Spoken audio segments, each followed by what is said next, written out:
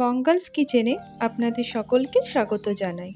একঘেয়ে ডিমের ঝোল বা কারি খেতে ভালো না লাগলে একটু অন্যরকমভাবে বানিয়ে নিতে পারেন ডিমের বড়ার ডালনা।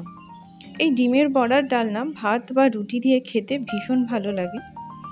এটি বানানোর জন্য আমি এখানে 3টি সেদ্ধ আলু নিয়েছি। আলুটা প্রথমে ভালো করে মেখে নেব।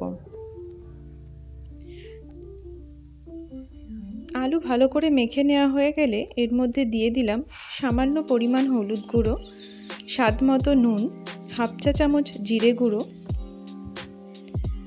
1 চামচ ময়দা এবং 2টো ডিম।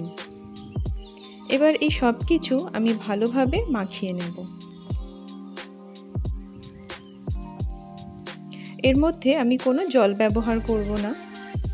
এরপর একটি কড়াই গরম করে তাতে দিয়ে দেব 3 টেবিল চামচ সরষের তেল।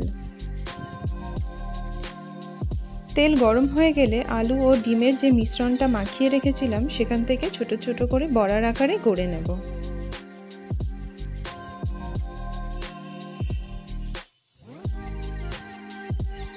এবার মাঝারি আঁচে 2 দিক একটু লালচে করে ভেজে নিচ্ছি।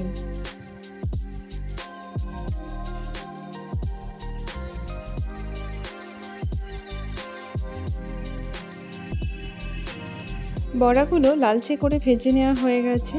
এবার এগুলো আমি তেল থেকে তুলে অন্য একটি বাটিতে রেখে দেব।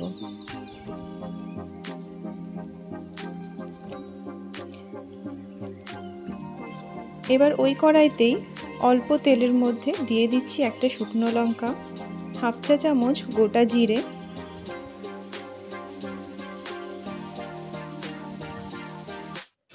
দিয়ে দিলাম একটা বড় সাইজের পেঁয়াজ বাটা। পেঁয়াজটা আমি মাঝারি আঁচে কিছুক্ষণ ভেজে নেব।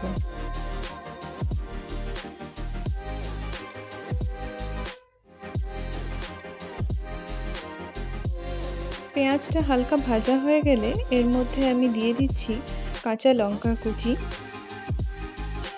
1 টেবিল চামচ আদা এবং রসুন বাটা। সব কিছু আমি ভালোভাবে মিশিয়ে নিচ্ছি।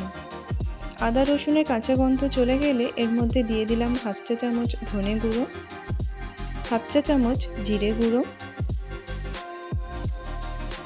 হাফ চামচের একটু কম হলুদ গুঁড়ো, হাফ চামচ কাশ্মীরি লঙ্কা গুঁড়ো এবং স্বাদ মতো নুন।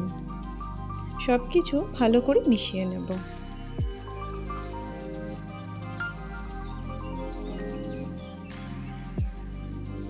মশলা থেকে তেল ছেড়ে আসলে এর মধ্যে খুব সামান্য পরিমাণ জল দেব এবং মশলাটা আরো ভালোভাবে কষিয়ে নেব।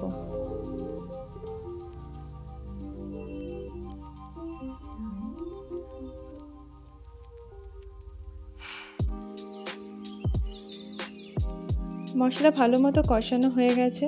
এবার এর মধ্যে দিয়ে দিলাম সামান্য পরিমাণ কসুরি মেথি এবং গরম মশলা গুঁড়ো।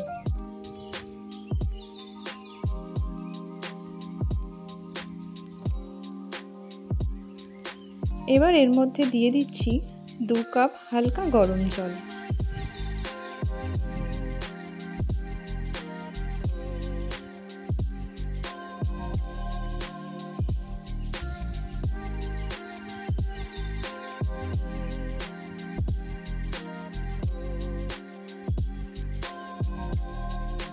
জল ফুটে উঠলে এর মধ্যে সামান্য পরিমাণ চিনি দিয়ে দিলাম।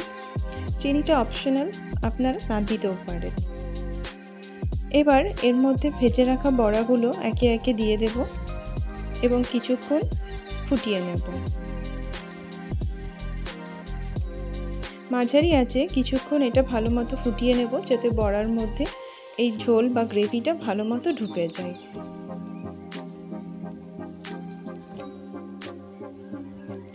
আমার এই ডিমের বড়ার ডালনা একদম তৈরি।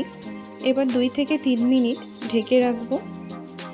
এই ডিমের বড়ার ডালনা সার্ভ করার জন্য একদম তৈরি। আমার এই রেসিপি আপনাদের কেমন লাগলো অবশ্যই জানাবেন। যদি ভালো লাগে লাইক, কমেন্ট এবং সাবস্ক্রাইব করতে ভুলবেন না। ধন্যবাদ।